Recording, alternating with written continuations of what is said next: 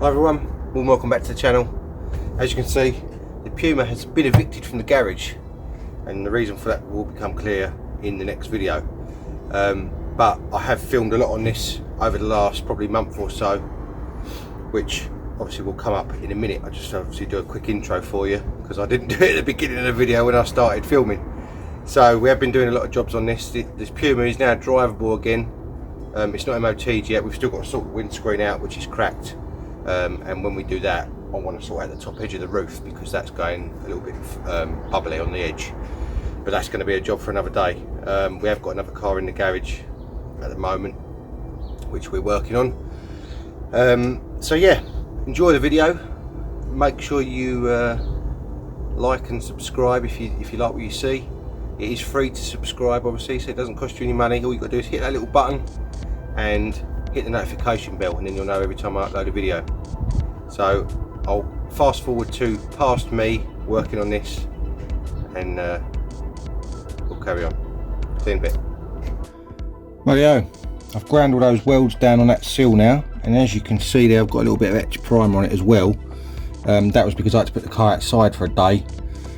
I didn't want it to all go rusty, so I buzzed all the welds back, and as you can see, they've cleaned up really nicely, actually nice and smooth. So the next thing I'm going to do is I'm going to get a straight edge, which is this ruler, and I'm going to go along it. Oop, not the camera. I'm going to go along it like this, and obviously that will give me a good indication of how straight it is, and if there's any areas that need tapping back down to allow me to put a little bit of filler over the top. Now looking at it, it's up to from there to there, there's not really any high spots. In fact, that straight line across there is pretty good, to be fair. I might want a little bit of tapping down along this bit, but that's what I'm going to do. I'm going to go along with the straight edge. Any areas that need tapping in slightly, I'm just going to tap them in very, very slightly, just so I've got maybe a mil gap in between this and the panel, and then that'll allow me to get some filler on there. And obviously it will be very minimal filler. Hopefully it'll only be probably a mil or less, so it'll really be a thin layer just to give it a nice bit of shape back and make it as straight as we can. So I'm going to do that, and I'll come back to you. See you in a minute. Before I start any more filler work, I just thought I'd show you the inside door shut. Again, it's had some etch primer on it just to stop it rusting. As you can see there, it looks well, I'm really pleased with it actually, how the shapes come out, and also how the welds have buzzed back. Bear in mind it's welded all the way along that edge there. It's pretty good. So again, I'm going to do the same thing on the inside here with the straight edge. Any areas that need tapping down very slightly I'll do, and then we can get some filler going. Let's crack on.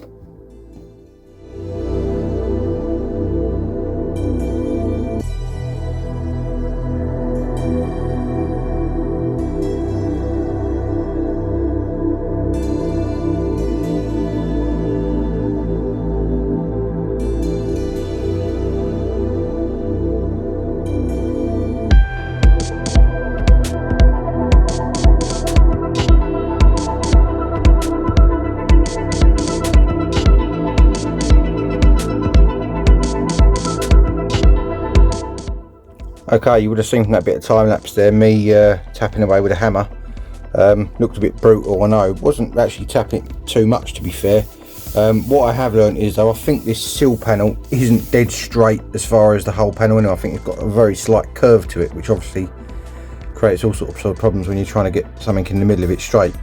But I think I've got it to where it needs to be as far as getting a little bit of filler on there, and I think we can get that on and hopefully get it looking how it should be. So I'll get you set up on a tripod, and we'll get some filler put on and obviously start getting it into shape. Let's crack on. Rightio, this is what we're going to be using. The old onion board, which is like a multi-layer board that you can peel off a sheet at a time. Obviously when you use it once for the filler to mix up on, it gives you a clean plate every time effectively. And this is the filler we're using, which I've got a new tub of now, the old Evercoat Rage Gold, which is a really nice filler, really easy to rub down, spreads nice as well. So I'm going to get some of this mixed up on here. Now usually with a lot of fillers they say a golf ball size to a pea size of hardener. With the Evercoat stuff, they actually give you a guide on the lid, and you do a strip of hardener or a line of hardener over the top of the pool of, or the pile of filler you've got on the pad. and that gives you obviously the right ratio there to get the right amount of hardener to filler. So I'm going to get some mixed up and then we'll get it on. Let's carry on.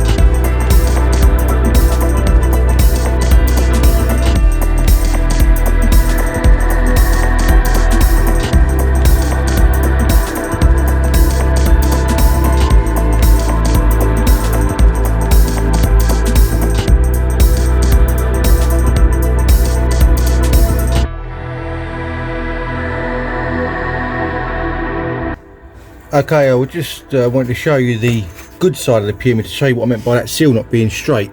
If I put this ruler roughly in the position of the repair on the other side, you can see, I don't know if you can see it, there's a gap each end of it of about 2 or 3 mil, I suppose. So what I thought was right, I'm trying to obviously work along straight lines, and the car's got other ideas, so I'm going to obviously have to look at what I've done the other side and make sure that it's got a slight curve to it. So that's should be interesting. Let's carry on. Rightio, in between coats of filler on the seal, I am going to try and sort out this drive shaft. Now, as you can see up here, there is a massive split in this boot. I can get my finger right inside it and all the grease is coming out. So we need to get the drive shaft out. Unfortunately, it is the longer one, but having said that, it is a bit easier to get it out of the gearbox because there's a bit more room around it on the end up there, which you can't really see all that well, but you can see how it goes into the gearbox there. And that's obviously, I can get a little pry bar in there and pop it out. It's got like a circlip on it, which you have to sort of overcome the pressure of the circlip to pop it out. To do that first though, I need to take the lower arm off on this lower ball joint to allow the knuckle to swing out, and then hopefully should give us enough room to get that middle boot off, or get the drive shaft down rather, and get that middle boot off. So let's get started on this and see what we can do.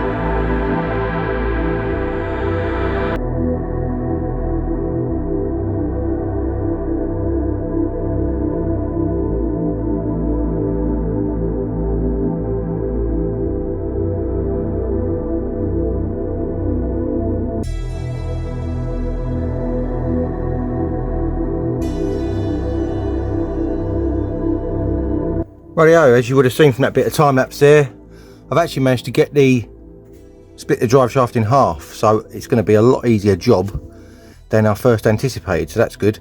Basically what I've got to do now is, on the end of here, I believe there's a circlip, which I've obviously got to dig out under all this grease. I can then pop the universal joint off the end, undo the clip at the other end, slide the gaiter off, slide the new one on, put it all back together. We should be good to go, and obviously repack it with grease as well. So let's carry on with that and see how we get on.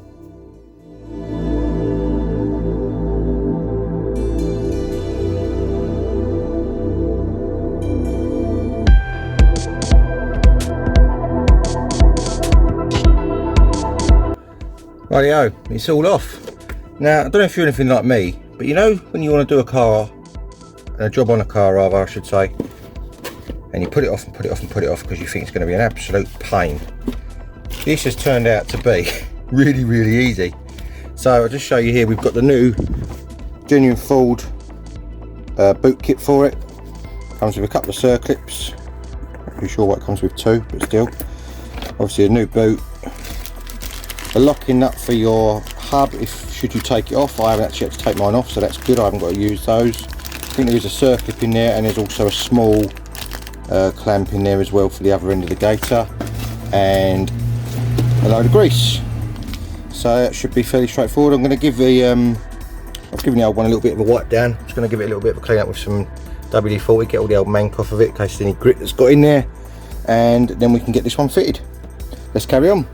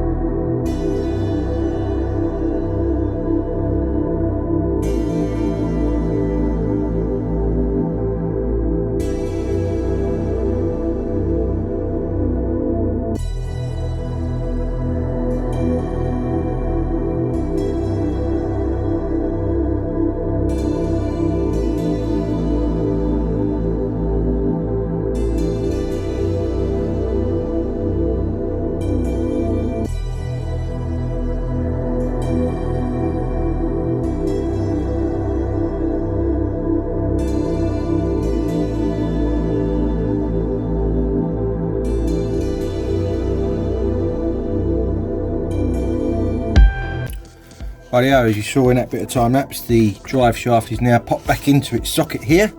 Give it a little wipe down. Obviously we've got the clip on here to put on, which has got like teeth on one side of it, and you can see that in the camera there.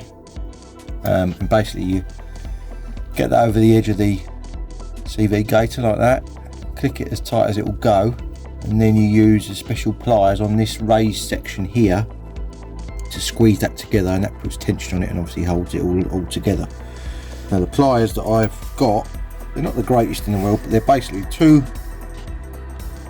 flat plates which squeeze together, and they've got a piece in the middle there which holds or pushes against the top of the raised bit and stops it bowing upwards, if that makes sense. It keeps it square.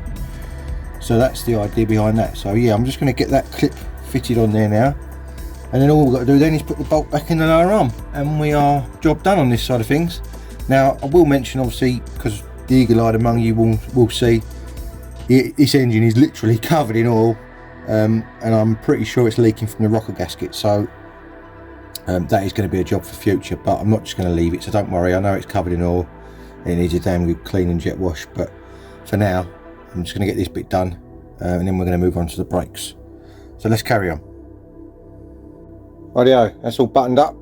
Leaving the wheel off for a minute because we need to look at this caliper on this driver's side, but first things first, we need to sort out this master cylinder. Now this was a brand new genuine Ford master cylinder not that long ago, but it didn't come with the reservoir, so I had to use the reservoir off my old one, and in the accident, as you can see under there, the plastic has all flexed, and this actually popped straight off the top of the reservoir and lost all the fluid. Sorry, the reservoir popped off the top of the master cylinder and lost all the fluid. So I'm a bit dubious about leaving that on there now, because it obviously is maybe a one fit thing, and this shouldn't come on and off and be changed over to another master cylinder. It should be a new one. So I've actually got another complete unit here, which actually came off of that servo, because I changed the servo a couple of years ago, or a year ago, probably a couple of years ago now actually, and it came with this on it. And I didn't use it because it was second hand then, but I'm just thinking, as you can see, this one's obviously already fitted with the reservoir on it from new, so I'm just thinking maybe changing the whole thing over, re-bleeding the brakes, and see how we go. So that's going to be the next job. I think we're going to get that one unbolted off of there, because there's no fluid. Well, there's a very minimal amount of fluid left in the bottom of that. Get that off, swap it over for this other one. Obviously brake lines, all it is 2 bolts which hold it onto the booster, one there and one underneath, 2 pipes, and that's it. So we'll get that changed over, and then we can look at the caliper, maybe get that freed up. So I think that's, this side is totally bound up, you can just about turn it with a bar, and the other side, the passenger side front, is fine. So but I may go over both calipers and just take them apart, same as I did on the, what car was it, the Cavalier. If you saw the Cavalier video, you would have seen me take all the calipers apart, clean them, get all the rust off of them, grease all the parts that need to be moving against each other so they move smoothly. And we'll do the same with this and see what happens, and obviously re-bleed the brakes as well. Let's crack on.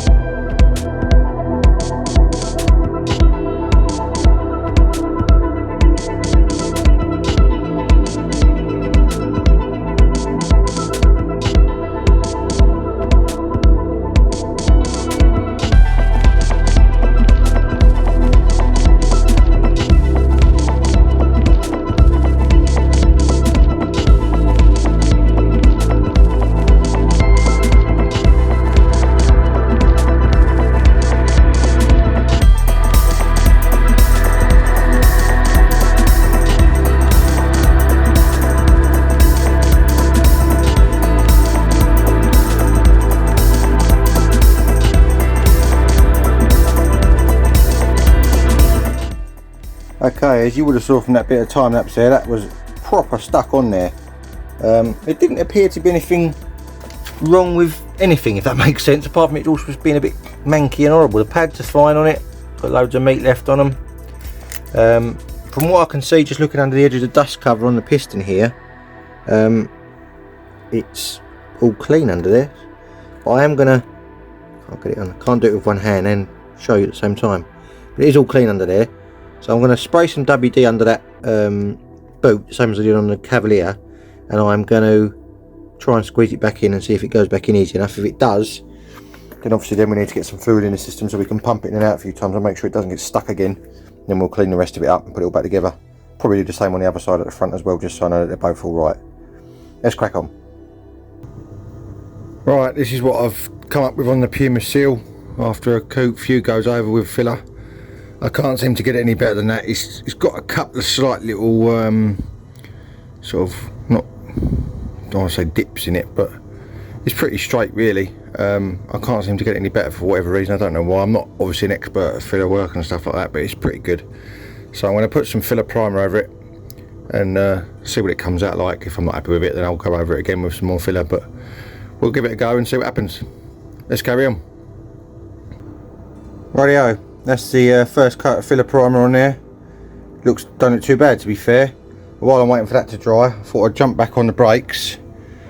And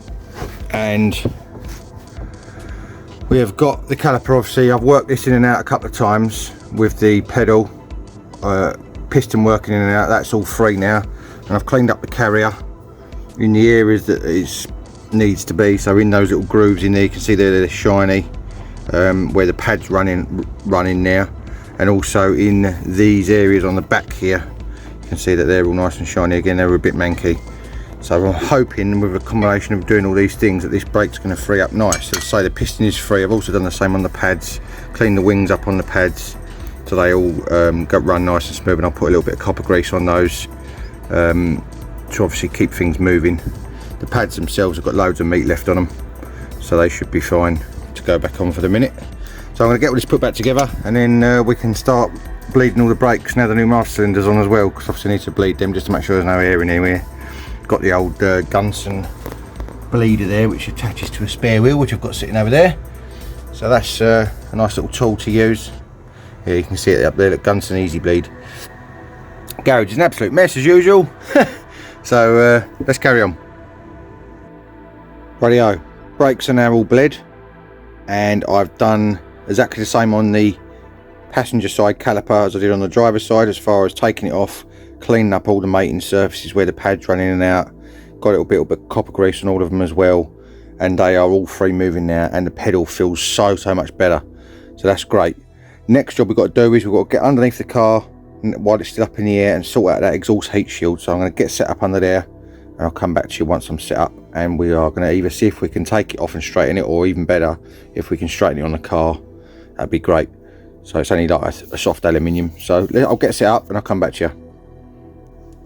Okay, as you can see, this is the heat shield that's the issue. It has snapped off over here off the bolt, which we may need to fix, obviously, because it's not fixed or anything at the moment. The other one here, which should be fixed, is completely come detached as well. So we need to get this unbent and then see if we can either use some bigger washers to bridge where it's snapped off, or I may have to rivet a piece onto this to then obviously join it back to the fixing points and stop it rattling on the exhaust. That's the plan. So I'm going to try obviously and get, if I can get it straight again in position, that'd be great. It's not got to be dead straight because it has to go around these gear linkage rods as well, so it's got like a U shape in it there, but obviously it may be a bit of a tricky one to get straight under here, but we'll have a go and see what we can do. Let's carry on.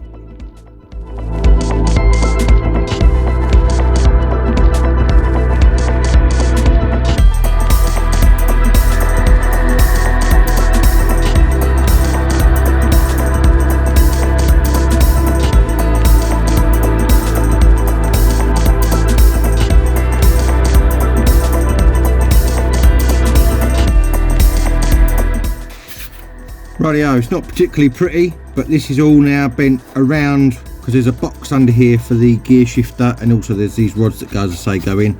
That allows enough room for that to move either side when you're in neutral and not clunk on the heat shield. I've used 3 bits of small stainless steel, one there, a bigger bit here, which you can probably just about see if I get my finger out the light, and also one just up there which you can't see in the camera, just to bridge the gap between where the holes have ripped out on the alley and the nut itself. So that is now all on there, nice and strong. Nothing's going to hit the exhaust. Exhaust got a bit of a rattle, but we won't worry about that for a minute. The heat shield is back where it should be. As I say, it's not particularly pretty, but then they aren't, to be fair, they are a bit sort of prone to getting bent up because they're so soft. So that's all good for now. I'm going to get the car back down off the axle stands and get it maybe out on the drive so I can open the door right up properly, and then we can look at the brake light switch, because at the moment the brake lights are on all the time. Now it's either going to be one of two things: either the brake light switch has had it, or it's pushed it out the holder where I hit the pedal so hard when I braked. during the off-roading incident, shall I say. So I'm going to get it off the ramp, and I'll come back to you in a minute. Right, that blue switch you can see there in the middle of the screen is the brake light switch, and as you can see, when I push the pedal, or when I let go of the pedal, it's not actually pushing on the switch at all. Should obviously push it right up like that to disconnect the brake lights. So I think what's happened, I'm hoping what's happened is there's like a ratchet on this little bit here, and it's just pushed it, or it's popped out for whatever reason. So I'm going to have a little play with this little bit. It's got like a collar there. I'm going to play with that, see if I can get it to sit in the holder further, and hopefully that will cure the brake light problem. I'll come back to you in a minute. It's a little bit difficult to film under here because obviously I'm in a footwell, and I'm not exactly the most smallest person in the world, so I'm going to try and get this sorted out, and I'll come back to you. Okay, as you can see, I've got the switch right out the holder, and basically what you have to do is to push it into the hole,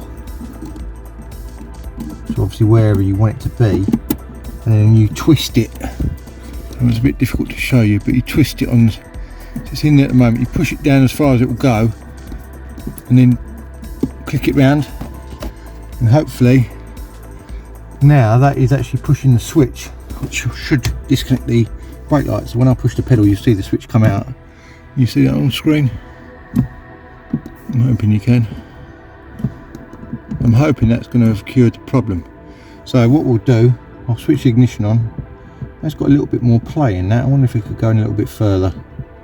I'm going to leave it like that for a minute, and I'm going to see if the brake lights are actually off. In fact, I'll keep it running, and I'll walk around the back and we'll have a look. Because at the moment, before, the brake lights are on all the time, no matter what. So let me put the ignition on. I'll grab your camera, and hopefully, if it's all right, yeah, the brake lights are off now. Great, that's superb. So in theory, I don't know if I'm going to see the reflection in the C1 over there. Let me see if I can zoom in, and you might be able to see it work. Right, I'll push the brake pedal down now. Yep, you can just about see brake lights come on, I think. Car going past. Just about see it in the reflection there. Yeah, you see the brake lights are on at the moment. Yep, that's working lovely. Superb. Another job fixed. Top banana. Right then, that's going to wrap up another episode on the old Puma. It is finally getting there, but it is going to have to take a back seat for a little while because we have got something else in the garage which you will see in the next episode. Make sure, if you like what you're seeing, that you hit that subscribe button. Remember, it is free, and if you hit the little notification bell, you'll know whenever I upload a video. So if you want to join me for more automotive adventures, make sure you tune in again next week. Cheers guys.